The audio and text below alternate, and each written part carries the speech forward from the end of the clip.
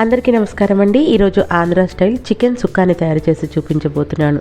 Chicken sukka 2 టైప్లో చేసుకోవచ్చు. వెట్గాను డ్రైగాను రెండింటిగా చేసుకోవచ్చు.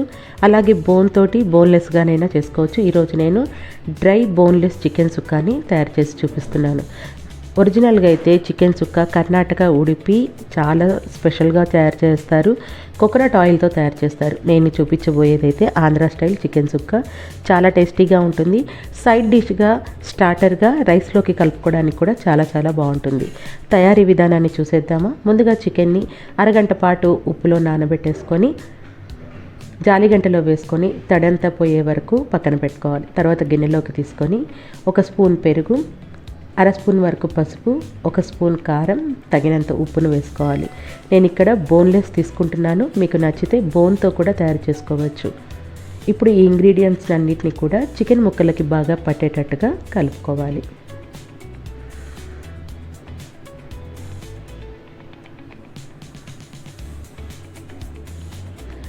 ఇలా ముక్కలన్నిటికీ పసుపు, కారం, ఉప్పు బాగా పట్టించిన తర్వాత పెరుగు ఇవన్నీ బాగా పట్టించిన తర్వాత మూత పెట్టేసి పక్కన పెట్టేసుకోండి. ఇప్పుడు దీనికోసం స్పెషల్గా తయారు చేసుకోవాల్సింది మసాలా పౌడర్ ఉంటుంది. దానికోసం 2 స్పూన్ల సోంపు, 2 స్పూన్ల ధనియాలు, కాస్తంత జీలకర్ర, మిరియాలు, లవంగం, చెక్క, స్టోన్ ఫ్లవర్ ఇవన్నీ తీసుకొని బాండీలోకి వేసుకొని లో ఫ్లేమ్ మీద 2 నిమిషాల పాటు వేయించుకోవాలి.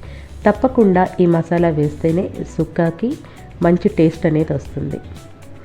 ఫ్రై అయిపోయిన తర్వాత స్టవ్ ఆఫ్ చేసేసి పూర్తిగా చల్లార్చిన తర్వాత పౌడర్ లాగా చేసుకొని పక్కన పెట్టుకోండి. ఇప్పుడు అదే బాండీలో ఆయిల్ ఫ్రై చేసుకోవడం కోసం కాస్త ఆయిల్ని ఎక్కువగా వేసేసుకొని 2 మీడియం సైజు ఉల్లిపాయల్ని సన్నగా పొడవుగా కట్ చేసుకొని వేసుకోవాలి. ఇవి మంచి కలర్ వచ్చే వరకు ఫ్రై చేసుకోవాలి. నేను బోన్లెస్ 1/2 కేజీ తీసుకున్నాను. దానికి తగ్గట్టుగానే ఆనియన్స్ని తీసుకుంటున్నాను. 2 మీడియం సైజ్ అయితే సరిపోతాయి. ఆనియన్స్ బాగా ఫ్రై అయిన తర్వాత బాండీలో నుంచి తీసేసి పక్కన పెట్టుకోవాలి. ఇప్పుడు 2 టేబుల్ స్పూన్ల వరకు ఆయిల్ని ఉంచుకొని మిగతా ఆయిల్ని అంతా కూడా తీసేసేయాలి.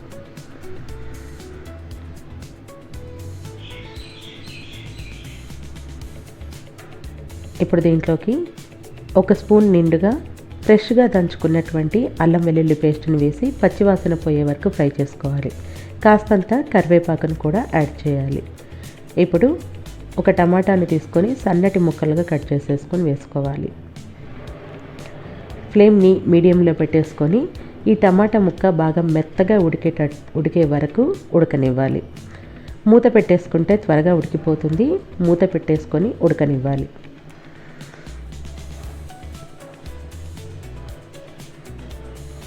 తర్వాత టమాటా ముక్క బాగా మెత్తగా ఉడికిపోయిన తర్వాత గరిటెతో అదుముకుంటూ కలుపుకోండి.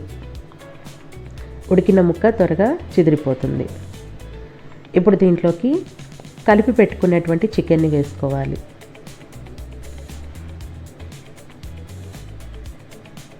ఆయిల్, టమాటా ముక్కలు ఇవన్నీ బాగా కలిసేటట్టుగా చికెన్ని కలిపేసుకోవాలి.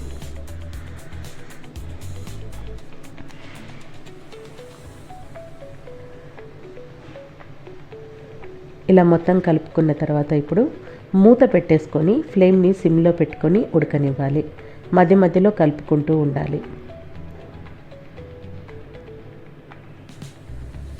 కాస్త వాటర్ బయటకు వచ్చిన తర్వాత మూతను తీసేసి ఫ్లేమ్ని హైలో పెట్టుకొని కలుపుకుంటూ ఉడకనివ్వాలి.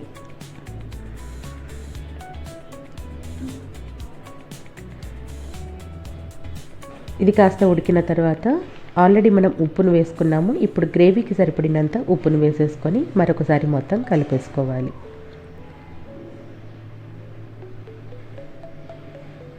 కాస్త వాటర్ దగ్గర పడుతున్నప్పుడు ఆల్రెడీ మనం ఫ్రై చేసుకున్నటువంటి ఆనియన్స్ని చేత్తోనే క్రష్ చేసి వేసేసుకోవాలి. మిక్సీ జార్లో వేసుకోవడానికి చాలా తక్కువ క్వాంటిటీ కాబట్టి చేతులతోటి మనము క్రష్ చేసుకుంటే సరిపోతుంది. దీనివల్ల ఫ్లేవర్ చాలా బాగుంటుంది.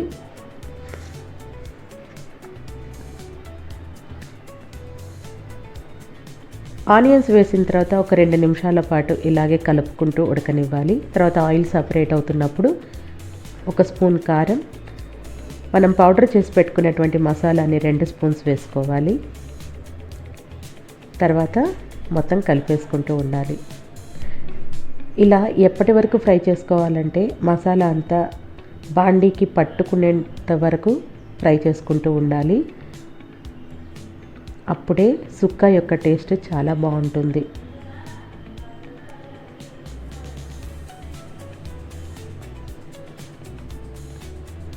ఫ్లేమ్ని మీడియం టు హైలో అడ్జస్ట్ చేసుకుంటూ ఫ్రై చేసుకుంటూ ఉండాలి.